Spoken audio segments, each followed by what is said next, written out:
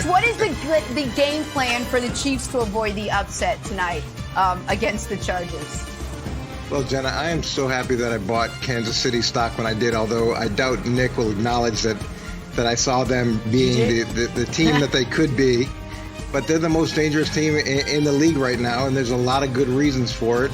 And there's going to be a lot of things that they've been doing really well that they're going to need to do tonight in order to win the game. The first thing, I'd say the most substantial thing is protect the football. And when you look at this, through the first 8 games, they had 19 turnovers. Over the last 5 games, they've had 4. And that's been as big a difference as anything for them. And the first time they played, they had 4 turnovers, which was the difference in the game. That's been an incredible turnaround for them. The second thing is less is more with blitzing.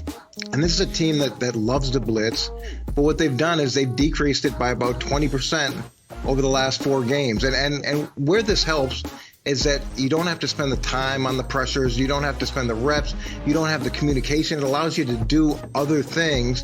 And as much as it creates challenges for offenses, it creates challenges for you. And what's happened? They've doubled the amount of turnovers in the last 5 games, which again is an incredible part of their transition and their change. And the last thing is they need to continue to excel in the red zone. And they've been as good as anybody in the red zone, especially over the last 3 games. They're third. And when they faced them the last time, they gave up 4 out of 5 in the red zone. So I'm going to show you a play right now that demonstrates the challenges of pressure and how that can affect you in the red zone. So the last time they played, what was going to happen is the Chargers are bringing short motion, and they're going to create a 3-man combination over on the offense's right. On the left-hand side, they're going to have a 2-man combination, free release Eckler, and they've got a corner route. Okay, so they've got 2 different combos set up. Kansas City's going to bring pressure. They're going to bring the slot corner through the B gap. Now, what I want you to focus on is these 2 safeties, because whenever you have a pressure and there's any kind of motion, the safeties have to communicate across the board to the entire defense how things change. Is the pressure going to change? Is the coverage going to change? And this is happening so quickly, you're going to see these guys waving their hands trying to get it across the board, but they don't get it. So the left defensive end goes inside because he thinks someone's coming off the edge. The guy who was initially going to blitz continues to blitz, even though the pressure should now probably be coming off the left-hand side. So now you've got no pressure. Everybody's just wadded up. From a coverage standpoint, you end up with 2 players covering the in-cut. You've got the linebacker. He's now pushing to the corner route. So you've got a bunch of guys pushing to double coverage, and what does that result in? You've got a player sitting here in the flat with 20 yards. You've got no edge for Justin Herbert. He can run and scramble in if he wants to. And now you've got Eckler sitting here in the flat with about another 10 yards between him and the linebacker. And in this short area, you've got no chance on plays like this. So something that they did to try to gain an edge from a pressure perspective with just that short motion creates a really bad situation. And by them paring it down, that's helped them substantially, and they've done so much better in this key area in the red zone, and that's going to be a key again tonight. And that was indicative of how the Chiefs looked on defense through the first 4 or 5 weeks of the season. Guys running around, pointing at each other, guys just running wide open. The transformation's been unbelievable. Part of it is, the guys getting the system better, but a lot of their better players have gotten healthier. But this game, despite the fact that Chiefs had 4 turnovers and played terribly, came down to a pass interference call in the final minute. And I'm waiting. No, CBS still hasn't shown us a replay of it. Maybe it'll show up on Fox tonight. I don't know. I still haven't actually seen the replay of that pass interference call. I don't know. If you didn't see it in real time, it's like a lunar eclipse. Like if you don't catch it the one time, you're not going to catch it.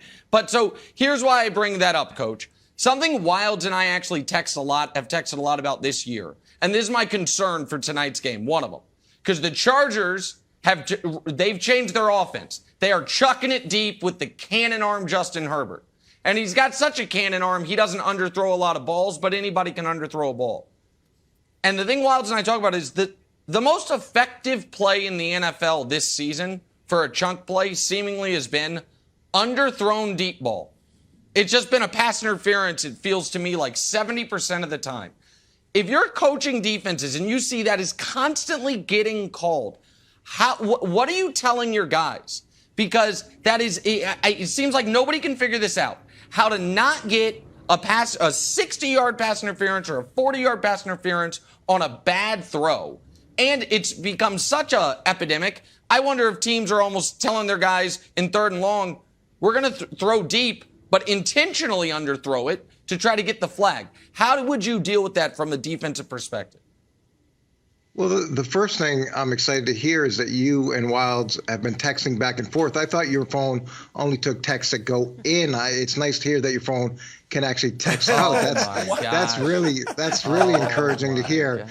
I was going to call Verizon and see if I could get that straightened out for you for the holidays. In terms of playing that ball, it's a skill that you have to teach because you're in phase, and with that underthrown ball, in phase means you're even with the wide receiver. With that underthrown ball, you've got to treat it like a comeback for the defensive back, and you're going to turn back into the ball but not into the receiver. And then the most important thing is, if the receiver is slowing down, that the ball's in the air. That now you've got to turn and look and play the ball. But so many guys get nervous at that moment, especially because you're running full speed, that they immediately turn into the receiver as opposed to turn and play the ball. So you've got to practice it over and over during the week. And then we like to work against the wide receivers on that specific drill so that you can get reps and reps and train your body to react that way. All right, Coach, great job with the game plan. You're not in the thesaurus as much as you used to be a few weeks ago, but still, great job with the game plan. I love it. I want to go to the other side of the ball, though, with the Chargers. Now, the Chiefs, as you said, they've gotten things together offensively, but they really look good against the Raiders offensively, who don't run, a ton of cover 2 or any against them. What do you see the Chargers doing? Like, if you were facing the Chiefs, what would your defensive game plan be if you're leading the Chargers? What would you be thinking? Well, I think the ongoing issue with facing the Chiefs is keeping Mahomes in the pocket and not let those broken plays equal big plays. Now, he has created a lot of big plays for the other team over the course of the season, which is different for him. But still, allowing him to get out of the pocket and make those off-schedule plays are a huge problem. You want to beat up the receivers as much as you can because this still is a timing and spacing offense if they're on schedule. So the more that you can hit the receivers at the line of scrimmage, and that doesn't necessarily mean man-to-man coverage, but some mixture of man-to-man where you're pressing the receivers and some component of cover 2 where you can go hit the receivers and still play zone, I think is always effective. And look, in those key moments, you need to take out their key guys, and you've got to have some double coverage to deal with the key players. Not a huge diet of that, but enough so that you can take them out in the big moments.